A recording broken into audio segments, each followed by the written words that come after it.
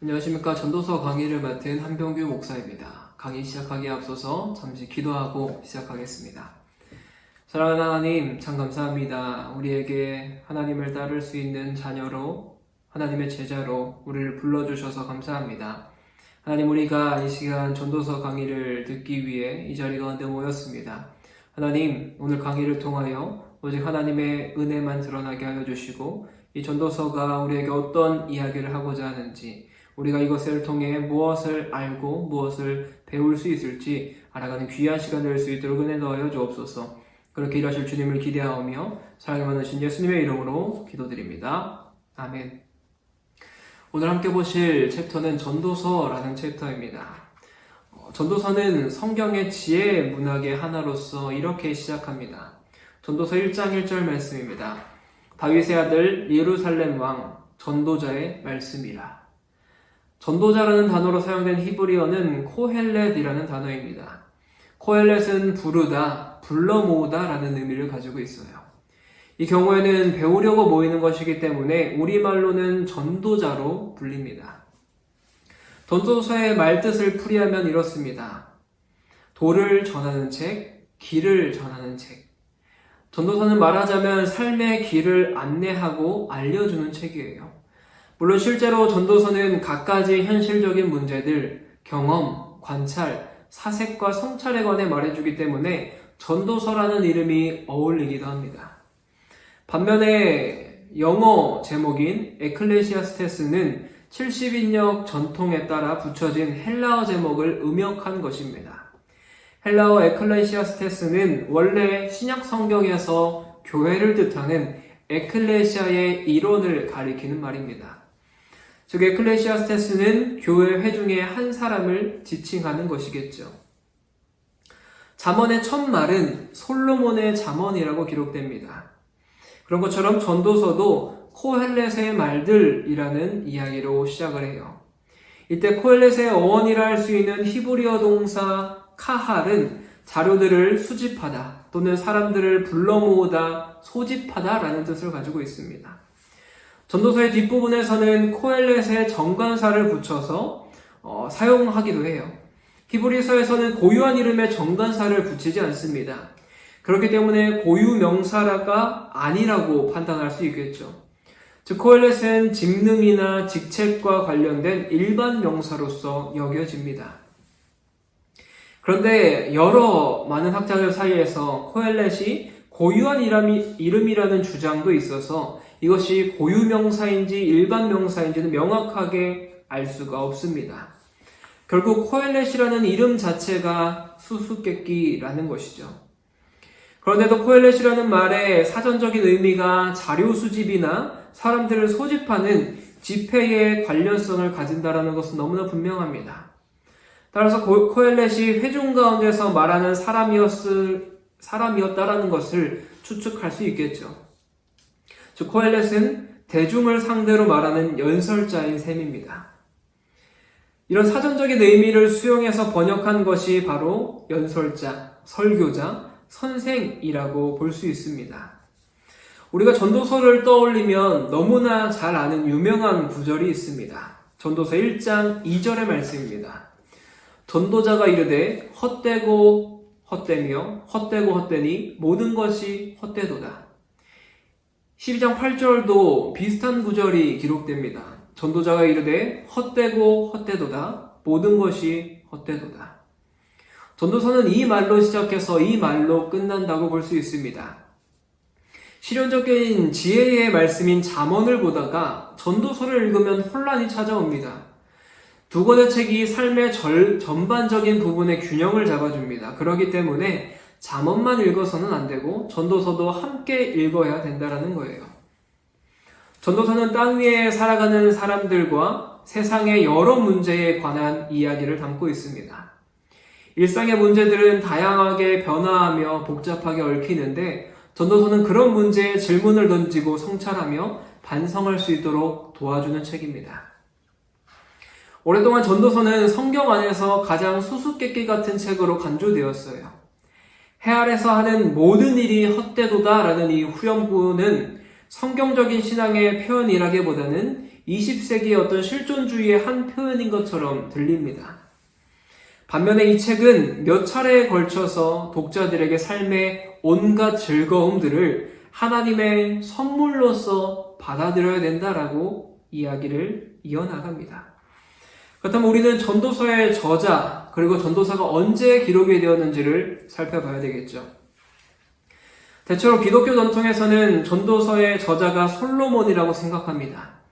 하지만 책에는 실제 솔로몬이라는 이름이 등장하지 않습니다. 우선 전도서가 처음부터 1장 1절에서 다윗의 아들 예루살렘의 왕 전도자의 말씀이라 라고 이야기하고 있기 때문에 우리는 솔로몬이라고 생각을 합니다. 그러기에 마틴 루터는 전도자가 솔로몬이 아니며 후대에 헛된 것을 쫓다 죽은 솔로몬을 생각하며 전도자를 솔로몬으로 이해하도록 만들었다라고 이야기해요. 또 많은 학자들이 후대의 사람들이 무명 작가가 쓴 이 책에 권위를 더하기 위해서 지혜의 대표격인 솔로몬을 내세웠다라고 주장하기도 합니다. 전도자가 실제 솔로몬인지 아닌지는 확실하지 않지만 전도서의 저자는 전도자가 솔로몬으로 이해되도록 솔로몬이 연상되도록 썼다라는 거예요. 그렇다면 전도서의 저자가 누구일까요? 전도서 1장 12절부터 12장 7절에서는 전도자가 자기 자신을 이렇게 표현합니다. 나 전도자는 혹은 내가 라는 이러한 단어를 사용하면서 1인칭으로 자기 자신을 지칭해요. 하지만 책의 서론과 결론을 이루고 있는 나머지 부분에서는 또한 다른 익명의 지혜 선생님이 등장하면서 전도자가 이르되 라고 이야기하면서 3인칭으로 전도자를 소개하고 있어요. 그러니까 전도서에서는 전도자의 말과 어떤 익명의 지혜 선생의 말이 공존합니다. 전도서의 저자는 후자일 가능성이 높다라고 많이 이야기해요. 우리는 전도서를 읽으며 전도자의 인생 철학을 논평하도록 인도받습니다. 즉 전도서를 완전하게 이해하기 위해서는 전도자의 메시지와 익명의 지혜 선생의 메시지를 분리해서 평가해야 한다는 거예요. 익명의 지혜 선생의 메시지가 전도서의 앞과 뒤를 감싸고 있습니다. 솔로몬을 저자로 보는 우리 전통적인 견해를 생각을 해보면 전도서는 그의 재위 기간인 주전 965년부터 928년 이 사이에 말년에 썼을 것이라고 이야기를 합니다. 그런데 이 책의 작자가 미상이라면 이 책이 언제 적혀져 있는지는 정확하게 알 수가 없습니다. 전도서를 연구하는 대부분의 학자는 그 연대를 구약시대의 후반, 즉 페르시아 시대인 주전 539년부터 331년이나 그리스 시대, 주전 331년 이후 어느 때까지도 보기도 합니다. 전도서의 사상이 그 시대의 철학 사조를 반영하고 있기 때문이라고 이야기해요. 그런데 이 글을 누가 썼느냐 하는 저자의 문제보다는 저자가 하는 말의 내용에 더 집중하는 것이 우리에겐 중요합니다. 전도서의 저자가 솔로몬이라는 추정은 초기 유대 랍비들에게서도 발견되는 아주 오랜 역사를 가지고 있습니다. 다윗의 왕위를 물려받은 자로서 지혜의 대명사인 솔로몬만큼 저자의 프로파일에 적합한 사람은 없을 것입니다. 하지만 다윗의 아들이라는 표현이 반드시 다윗의 친아들을 의미하지 않는다라는 것과 전도서에 쓰인 언어가 아람어의 영향을 가지고 있고 페르시아 외래어가 등장하는 후기 히브리어라는 이유로 솔로몬 저작설은 힘을 잃고 있기도 해요. 그런데 저자가 누구인지 이 글이 언제 쓰였는지는 중요한 문제가 아닙니다. 만약 이 성경이 전도서의 저자가 솔로몬이라는 것을 강조하고 싶었다면 잠언에서처럼 솔로몬이 썼다라는 것을 강조하면서 명시했을 것입니다. 하지만 성경은 전도서의 처음부터 끝까지 솔로몬의 이름을 밝히지 않고 코헬렛이 썼다라고 말합니다. 이것은 전도서라는 번역이 그러하듯이 독자로 하여금 저자가 누구냐라는 문제를 주의를 기울이는 것이 아니라 그가 전하는 그가 전하는 길이 무엇인지에 집중하도록 우리에게 요청을 하고 있습니다. 전도서가 말하는 도는 반드시 통일왕국 시대에 솔로몬이 써야만 의미가 있는 것이 아닙니다. 어떤 특정한 저자나 특정한 시대에 한정짓는 것은 오히려 시대와 역사를 초월하는 진리의 한 단면을 드러내는 지혜라는 장르의 특성을 제대로 이해하지 못하는 것이 되겠죠. 누가 혹은 언제 썼는지는 그렇게 중요하지 않습니다. 그가 전하고 있는 도가 과연 무엇인지가 우리에게 핵심적인 문제가 될 것입니다. 이어서 우리는 전도서의 주제를 함께 살펴보기 원해요. 전도서는 지금까지 매우 다양한 방식으로 해석되어 왔습니다. 또한 그것은 일부의 사람들에게 의해서 성경에서 가장 잘못 이해되고 있는 책으로 인식되기도 했어요. 그런 견해들 가운데 일부는 우리에게 그 책 자체보다는 해석자에 대해 더 많은 이야기를 해주고 있습니다. 제롬이라고 하는 사람은 전도서가 금욕주의를 장려하는 책이라고 믿었습니다. 그에 반해 루터는 그 누구보다도 그 견해에 대해서 비판적인 행동을 취했어요. 회의론자라고 할 수 있는 볼테르라고 하는 사람은 전도서에서 인용한 구절들을 사용해서 자신의 철학에 이런 뒷받침을 하는 것으로 사용을 하기도 했습니다. 전도서의 주제는 타락한 세상, 그러기에 자주 혼돈하고 뒤틀린 세상 속에서 하나님을 경외하는 것이 필수적이라는 것, 이것이 전도서에서 이야기하는 주제입니다. 이 주제를 토대로 우리가 핵심 주제를 6가지로 함께 나누어서 살펴보기 원합니다. 첫 번째 주제는 이것입니다. 타락의 비극적 현실입니다. 전도자는 피조물이 허무한데 굴복하고 탄식하며 함께 고통을 겪고 있는 것을 고통스럽게 의식하고 있습니다.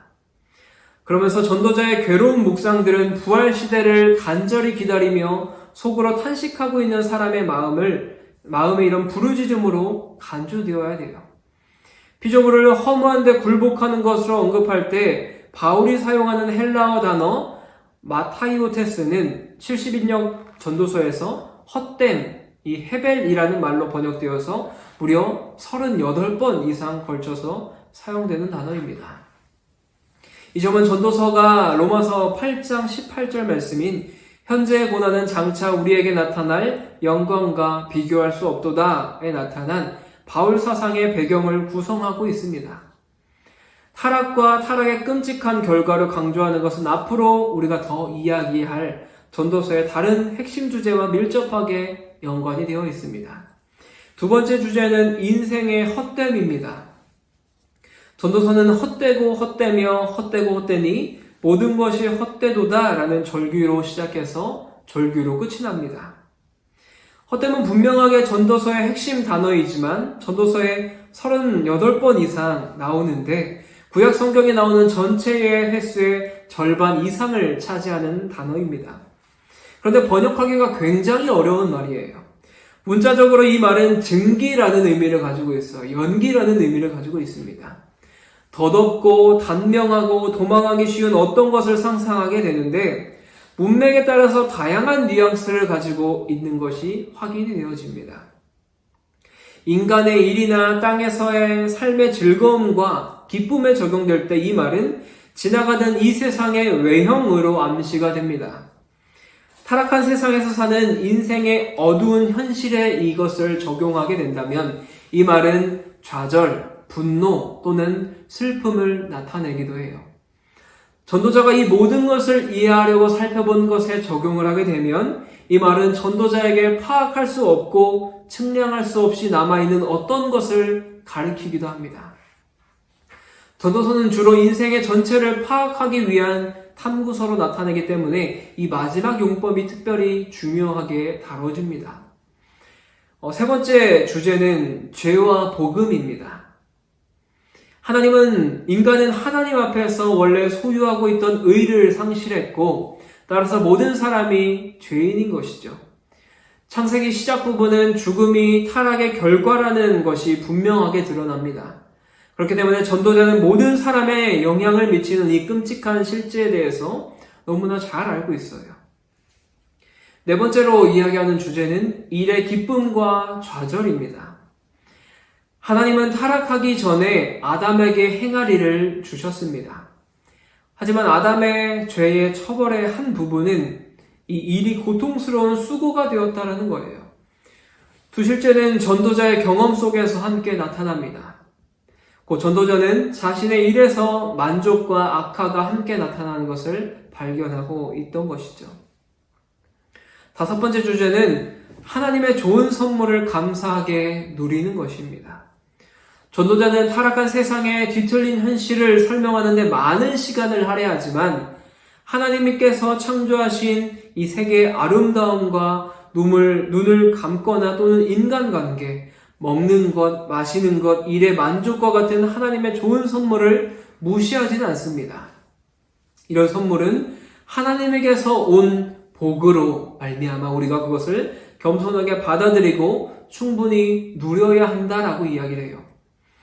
여섯 번째 마지막 주제는 이것입니다. 모든 것이 헛되다는 사실로 하나님 안에서 피난처를 구해야 한다라는 겁니다.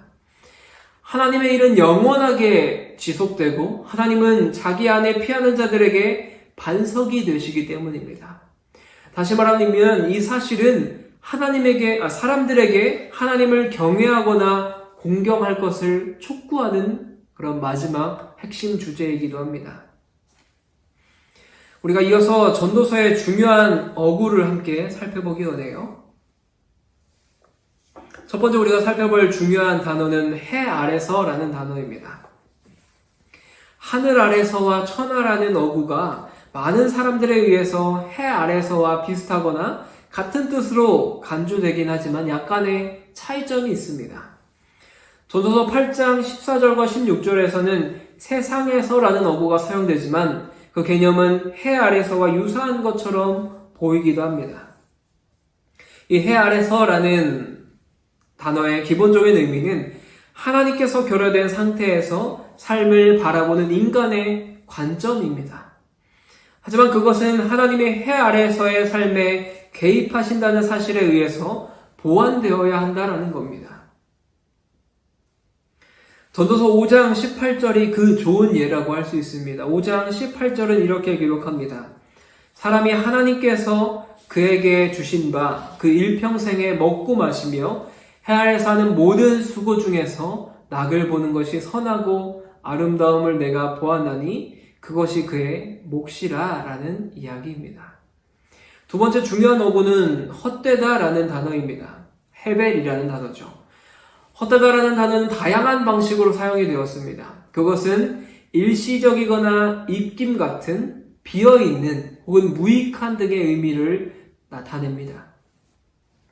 히브리어 헤벨을 읽는 일반적인 방법은 삶이 이해를 초월한다라는 사실을 상기시켜주는 말로 해석되어져요. 다시 말하면 지극히 단순화된 대답에 적합하지 않은 미스터리처럼 읽는 것처럼 보여집니다.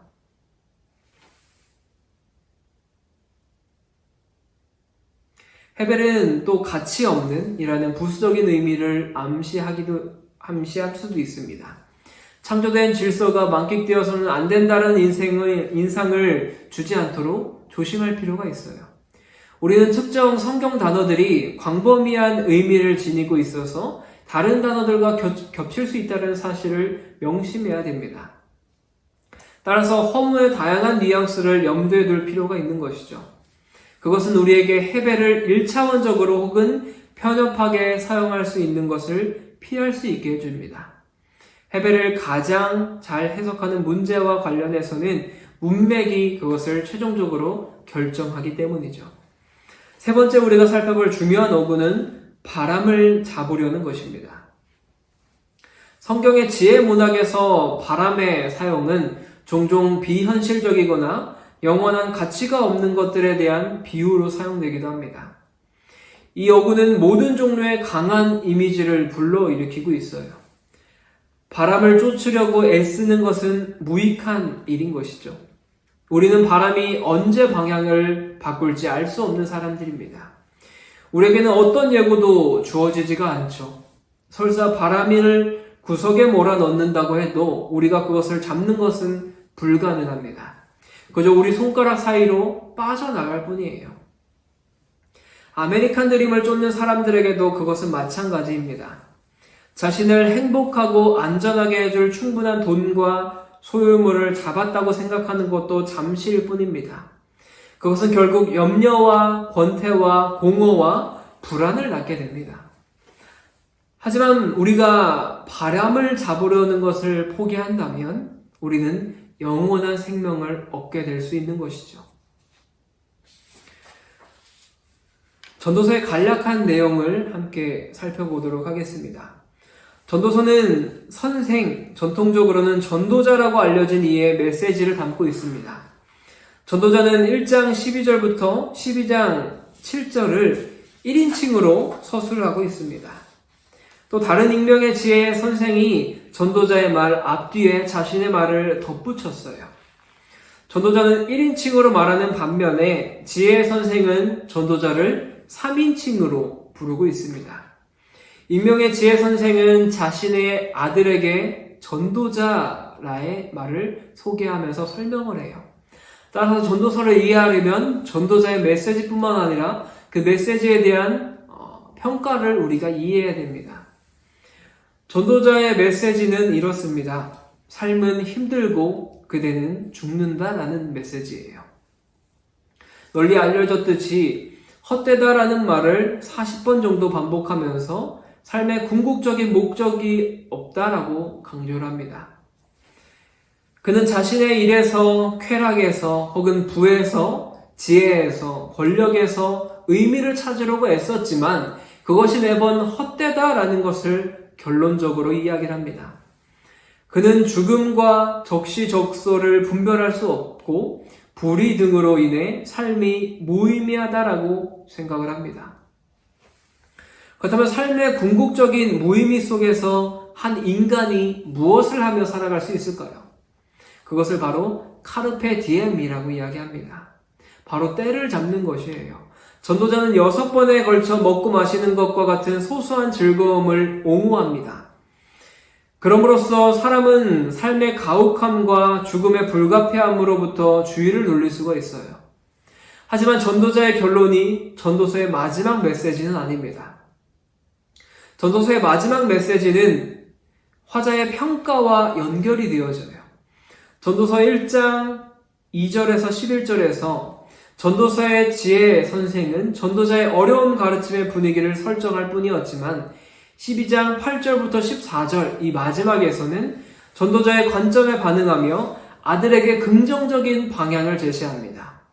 익명의 지혜 선생은 전도자의 관점이 옳다라고 평가를 하는데 이렇게 이야기를 해요. 전도자의 해 아래 관점, 즉 하나님을 떠나서 의미를 찾으려고 하는 이 관점을 받아들인다면 우리는 삶이 헛되다라고 결론을 내릴 것이다. 하지만 화자는 마지막을 여기서 멈추지 않습니다. 마지막 두 구절에서 그는 아들에게 해 위에 있는 관점에 대해서 이야기를 합니다. 전도서 12장 13절과 14절 말씀은 이렇게 기록을 합니다. 이래 결국을 다 들었으니 하나님을 경외하고 그의 명령들을 지킬지어다. 이것이 모든 사람의 본분이니라. 하나님은 모든 행위와 모든 은밀한 일을 선악간에 심판하시리라 라고 이야기를 합니다. 화자는 간결한 말로 아들에게 하나님을 향한 바른 태도, 하나님을 경외하는 마음을 가지고 율법을 또한 지키고 미래 심판을 기다리며 하나님과의 관계를 유지해야 된다라고 마지막에 권면을 하면서 전도서를 마무리해요. 그렇다면 우리가 전도서의 구조와 구성의 특성을 함께 살펴보도록 하겠습니다. 전도서의 어휘와 구문이 갖는 모호성이 의미 탐색 작업을 불편하게 하는 것처럼 전도서의 상기한 작은 일화들도 글의 구조를 찾는 학자들을 곤혹스럽게 합니다. 큰 맥락은 시야에서 잡히지 않고 산만하게 보이기 때문이에요. 하지만 더 자세하게 살펴보면 코헬렛만의 독특한 구성력이 책의 통일성을 구현한다는 사실을 알 수가 있습니다. 전도서의 통일성을 지원하는 글의 구성 전략 중 가장 눈에 띄는 특징은 3인칭으로 기술된 표제어와 맺은말입니다. 이 그림을 보면 전도서 1장 1절이 표제어이고요. 전도서 12장 9절부터 14절까지가 맺은말입니다. 이것이 표제어와 또한 맺은말로서 전도서 바깥의 틀을 구성하고 있습니다. 그리고 코엘렛의 말 중 가장 유명한 헤벨이라는 이 주제, 이것이 곧 헛되고 헛되며 헛되고 헛되니 모든 것이 헛되다라는 문장은 핵심어 주제로서 안쪽의 틀을 구성하고 있어요. 즉 전도서의 앞과 뒤는 이중틀로 쌓여져 있는 것이죠. 그리고 그 안쪽에는 책의 본말인 1인칭 화법의 자전적이고 사색적인 이야기가 신중하게 자리를 잡고 있습니다.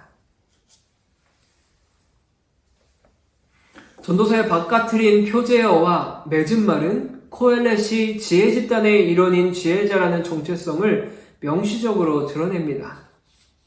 즉 코엘렛은 사람들을 불러 모아서 가르치고 격언을 모아서 정리하는 수집가의 대가로서 지혜글을 저장하는 동시에 창조적인 글쓰기를 수행하는 지식인들이었습니다.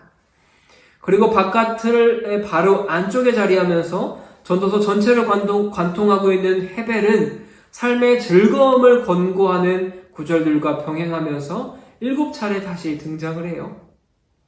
즐거움과 헤벨의 반복적인 구성은 이 책의 통일성을 부여하고 있으며 구조를 형성하고 있습니다. 그렇다면 이 책의 구조가 어떻게 되어 있는지를 같이 보도록 하겠습니다. 총 3부분으로 나눌 수 있어요.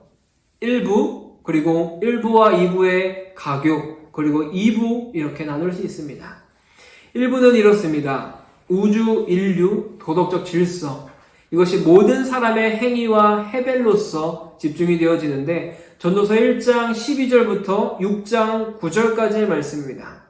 그리고 제1부와 2부를 연결하고 있는 다리 역할이 전도서 6장 10절부터 12절까지의 말씀이고요.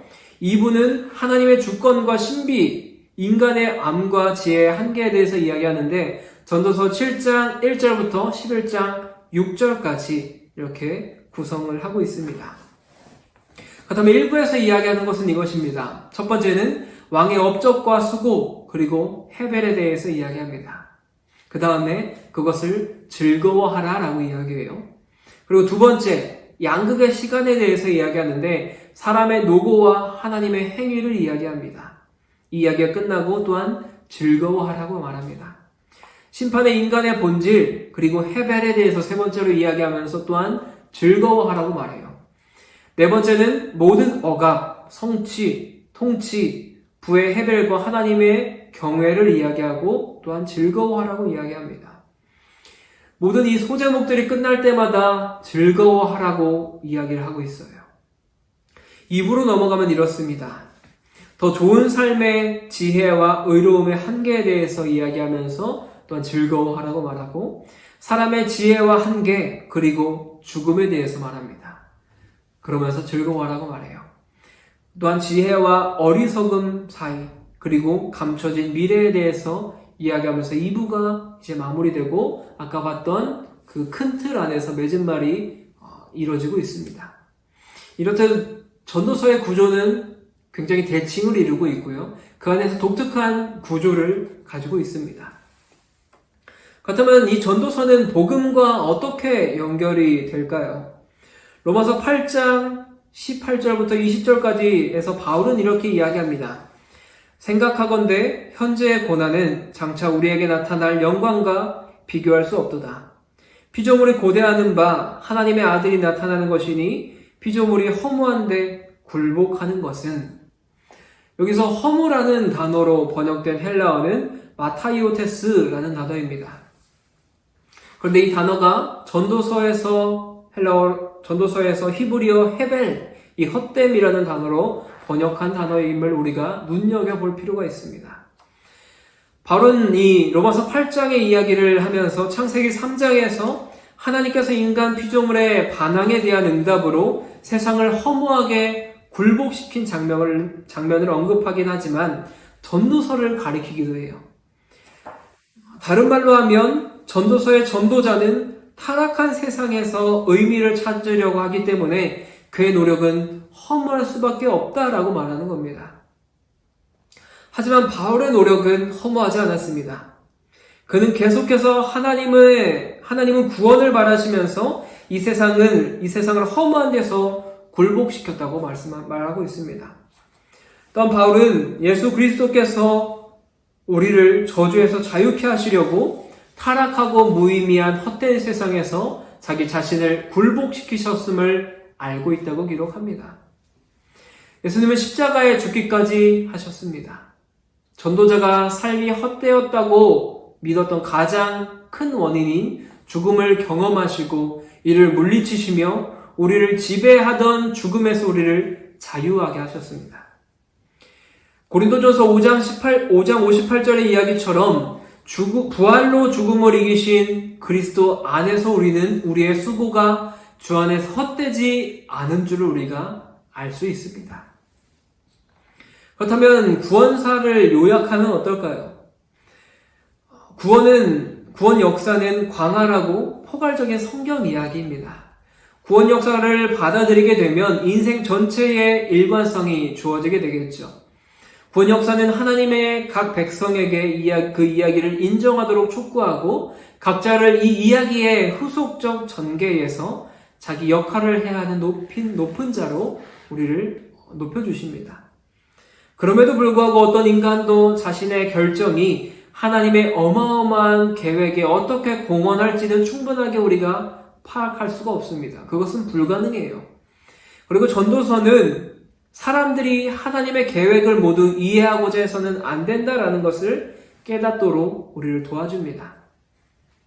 신실한 자는 각각 하나님이 큰 계획을 처리하실 것임을 신뢰하고 하나님을 경외하고 그의 명령들을 지키는 것으로 자신을 알 수 없는 일에 참여합니다.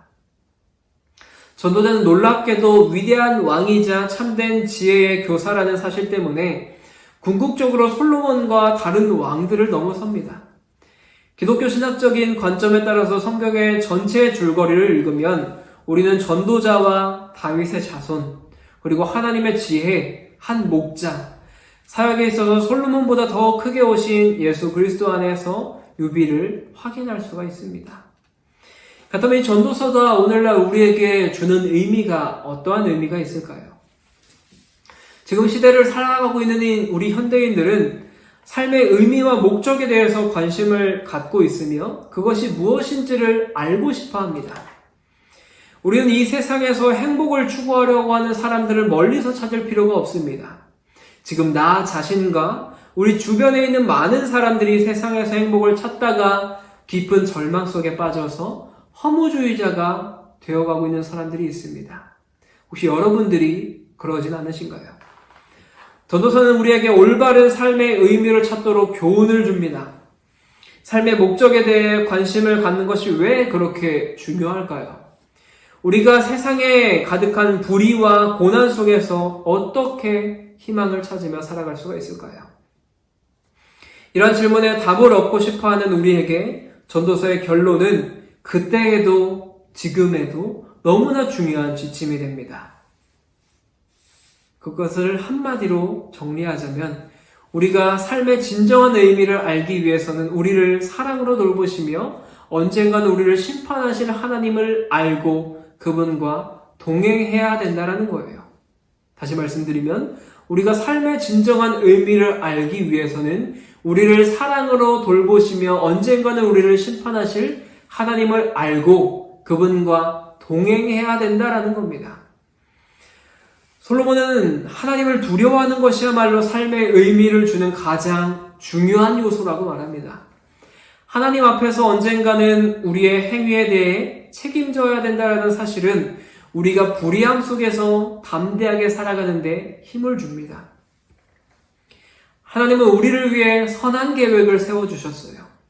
그렇기 때문에 우리는 시련 중에서도 용기를 잃지 말아야 됩니다. 하나님을 두려워하지 않는 삶은 의미를 잃어버린 삶이에요. 이런 것처럼 전도서는 현대인들에게 우리가 지금 현 시대를 살아가고 있는 우리들에게도 너무나 중요한 메시지를 줍니다.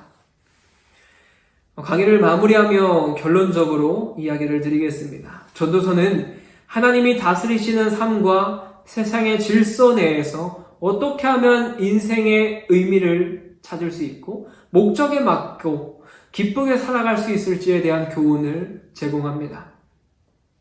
먼저 하나님을 개인의 생활과 일과 행동들의 중심에서 모시고 하나님께서 우리의 삶에 정하신 몫을 만족하게 받아들이면서 창조주이시자 왕이신 하나님을 경외함으로 또한 신뢰함으로 순종하며 나아갈 때 이러한 삶이 가능해지는 줄 믿습니다. 그리스도의 부활과 재림을 믿는 신약의 성도들은 전도자가 가졌던 이 관점의 한계를 극복할 수 있었습니다.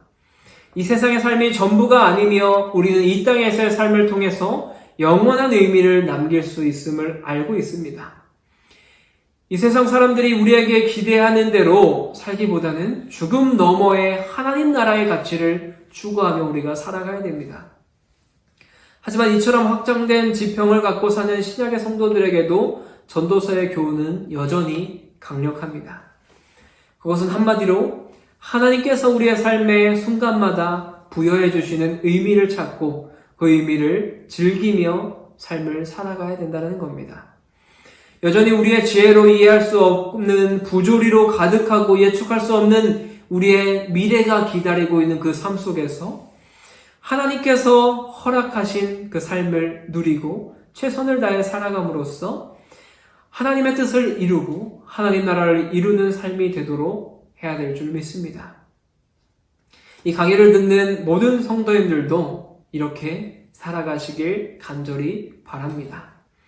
함께 기도하고 마무리하도록 하겠습니다. 사랑하는 하나님, 참 감사합니다. 오늘 전도서 강의를 통하여 우리의 삶에 하나님께서 어떻게 이야기하시는지를 알아가게 하심에 감사합니다. 우리의 삶에서 매 순간 부여해 주시는 그 하나님의 일하심과 하나님께서 우리에게 허락하신 그 모든 영역들 가운데 우리에게 그 의미가 무엇인지를 우리가 깨달아 알아갈 수 있도록 하나님 우리에게 지혜를 허락하여 주옵소서. 우리가 미래를 알아갈 수 없는 현실 가운데 살아갑니다. 하지만 현재의 삶을 허락하신 그 하나님을 의지하게 하시고 최선을 다해 살아감으로 말미암아 하나님 나라를 이루며 살아가는 주님의 귀한 백성들로 우리를 인도하여 주옵소서.